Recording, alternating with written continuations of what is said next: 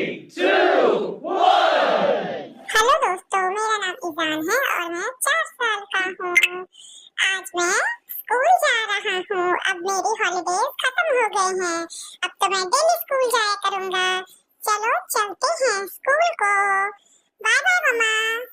आप सोच रहे होंगे मैं इतने दिन से कहाँ था, वीडियो क्यों नहीं डाल रहा था। वो मैं ना हॉलीडेज में पूरे मजे कर रहा था। मेरे को टीचर ने मना की थी कि आपने फोन नहीं चलाना है, इसलिए मैंने पूरे हॉलीडेज एंजॉय करा। अब मेरे स्कूल स्टार्ट हो गए हैं। ये मेरी दीदी है, मैं और मेरी दीदी स्कूल जा रहे हैं। चलो चलते हैं।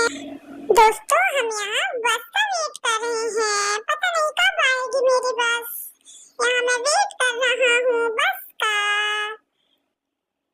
वाओ, बस आ गई। चलो चलते हैं। दोस्तों, अब मैं आपको स्कूल के बाद मिलता हूँ। मैं जा रहा हूँ स्कूल। बाय बाय फ्रेंड्स, कल मिलेंगे। फ्रेंड्स, अगर आपको मेरी वीडियोस पसंद आती हैं तो लाइक, शेयर और कमेंट करना ना भूलें। मुझे बहुत सारा प्यार दें। अब मैं कोशिश करूंगा कि अपनी वीडियोस डेली